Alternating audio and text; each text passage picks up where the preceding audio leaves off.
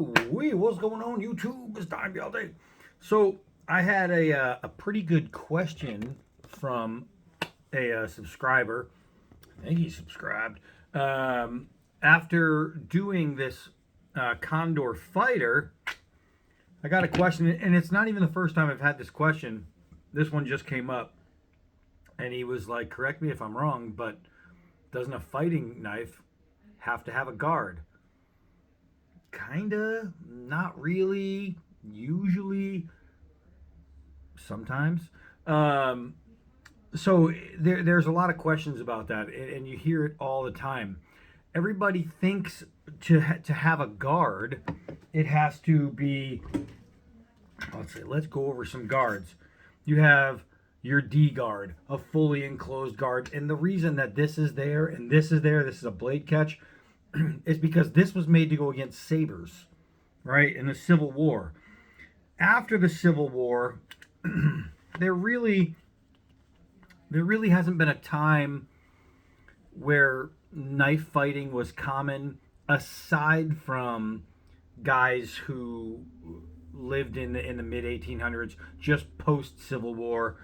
That was really the end of that era, all the way up until the 1900s, when you still had cowboys, and then you had the cowboys and the natives going at it, and knife to knife.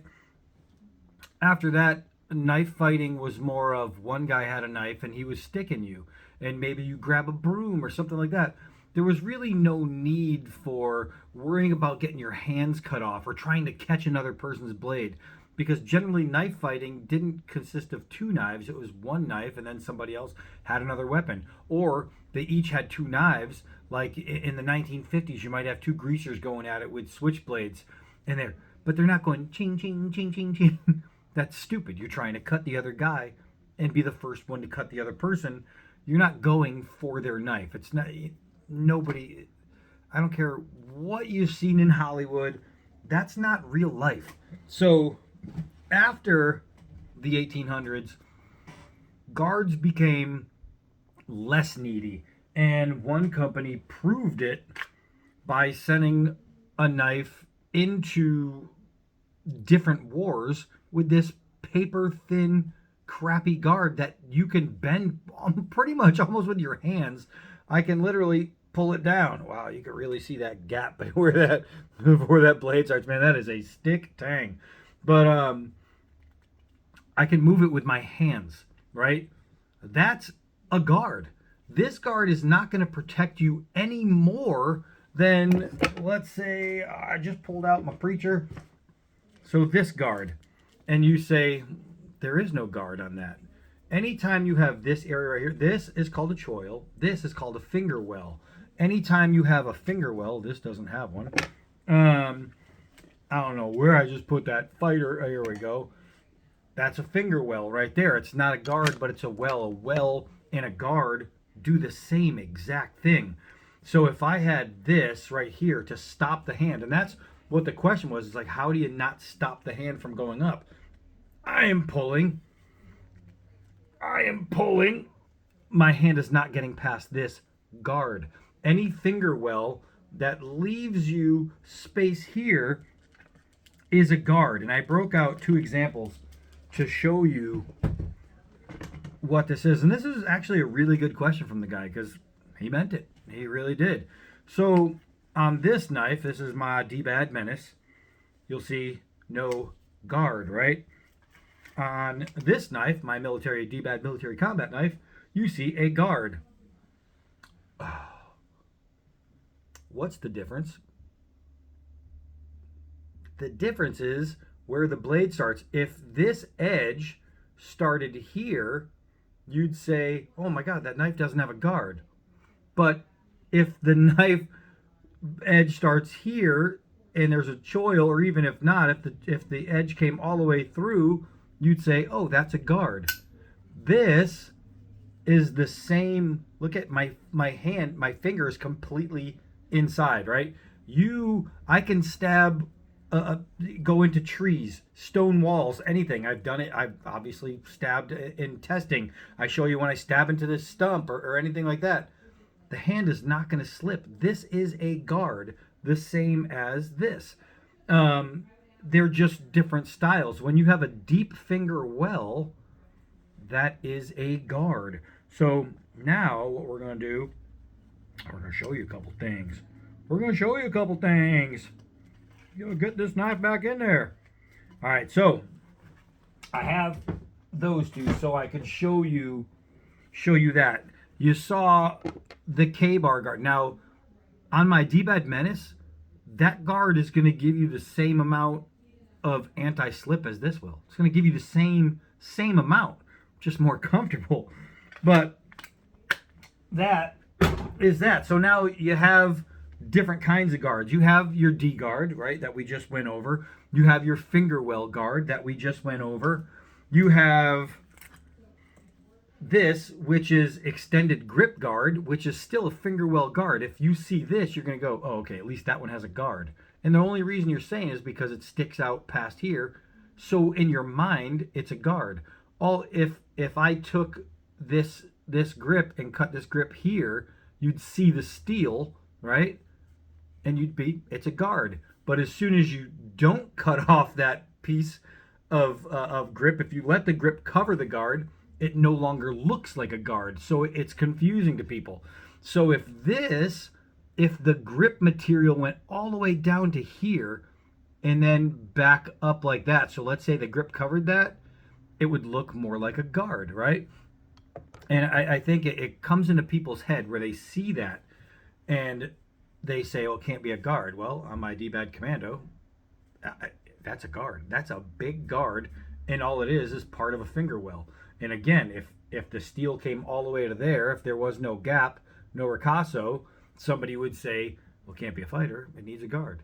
On the exact same knife with a guard, just so the guard doesn't protect you from here this way, it protects you from here this way. So you don't need it to be over here. You don't need anything to protect down here. You only need it to protect this way. So the hand, where the hand goes, that's the guard. So you have that kind of guard, which is a grip covered guard. Then you have a guard like this, a full guard, where you have top and bottom. Sometimes it'll be shaped like an S. Sometimes it'll be going one way and going the other way, or zigzagged. But up and down, full guard.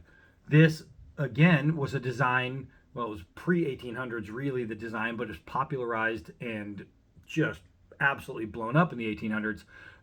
But this would be to catch a blade in a knife fight against another knife. That's why that guard is there. This is going to also stop my hand from sliding, the same as all those other ones. So that is a full guard. You have integral guards like this one. Look how tiny these are. You're thinking, well, if that's a guard, that's going to keep your hand from slipping. Well, guess what? My hand is not going to slip here either, because I have an integral guard. It's on both sides. Even if it was just on one side, if I put my hand like this and pull, this is a very sharp knife, so I have to trust myself, and I'll show you how hard I'm pulling. See the dent in my hand? I'm pulling. My hand is not going to slip, and that is a tiny little guard, which doesn't even come close to my D-Bad Menace. There's nowhere near as much guard space as that. So, again, guard, not guard. So, that's it. You have that's a full integral guard. Then you can have just a lower guard that I showed you on my military combat knife. And then you have something like this. This is a double guard. It's actually a triple guard. You have a full guard, top, bottom, and subhill. This one was done by Jed Hornbeak. And again, it's going to provide the same kind of resistance from hand sliding up as anything else that's going to give you a finger well. And the best way to show you is not through fixed blades, but it's through folders. A lot of EDCs are created for the single task of self-defense. One especially is this. Any volley, any butterfly is going to be made to protect you. This is fighting only. This isn't a bushcraft knife. This isn't a kitchen knife. This little Bradley right here has one single purpose, self-defense. The only guard is these little bubbles right here, right? You see that? That's the guard. That's what keeps it from being able to surpass itself, or that's what catches itself right there. You have those. That is the guard. So you're talking about one of the most famous fighting knives in history, in the history of all knives, one of the most popular fighting knives in history. And it doesn't really have a guard. So you're thinking, how can that be? And you'll see a lot of tantos with no guard at all. You'll see katanas with no guard at all.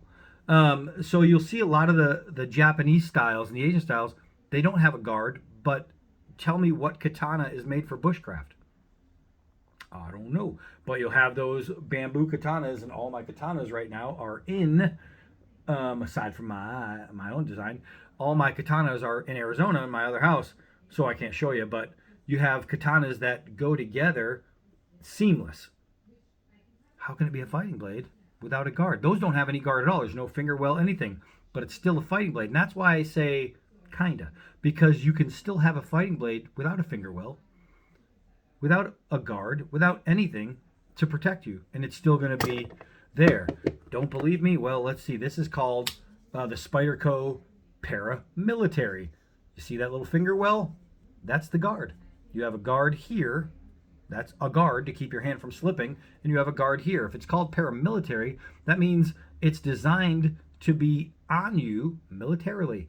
And what happens militarily if you get into a scrap and all of a sudden you're out of rounds and it comes down to the only blade you might have on you is your only self-defense? Well, I'm going to be able to stab and keep my finger on here because of that little finger well. Another one that is a good example of that is the CQT by, God, I love that, by Tops. Nice jimping right here on that. This is a double guard on a folding knife, right?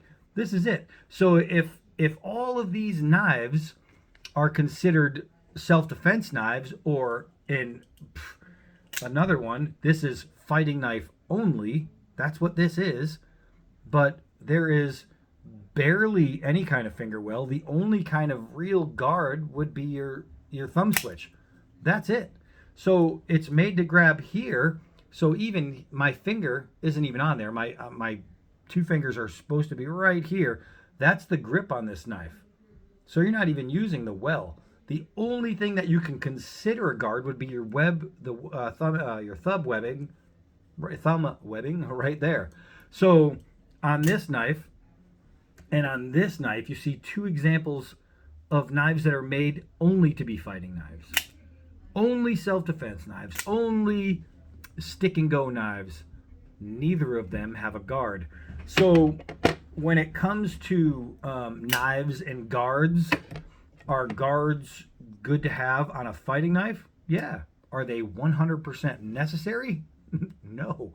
It really comes down to knowing your knife. It comes down to the grip of the knife, the material of it, and how good it is, and how well you can grab it and hold on to it.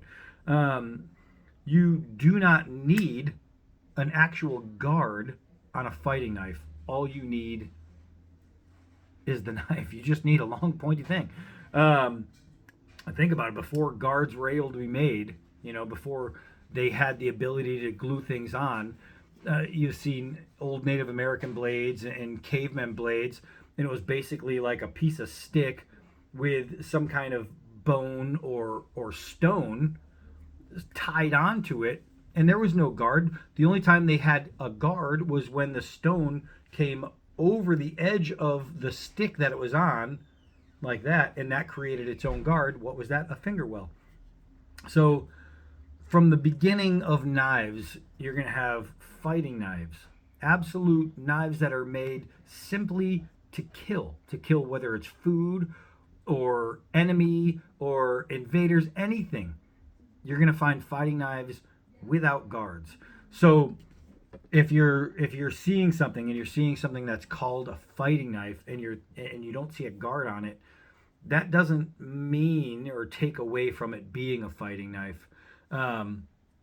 There's a lot of factors into that. So I'm glad he asked that question, because it stuck in my mind, and I'm like, well, I might as well shoot a video talking about guards and fighting knives, because people want to know. So now you know. So that's it for this one. Hi, I'm Donnie. Till next video.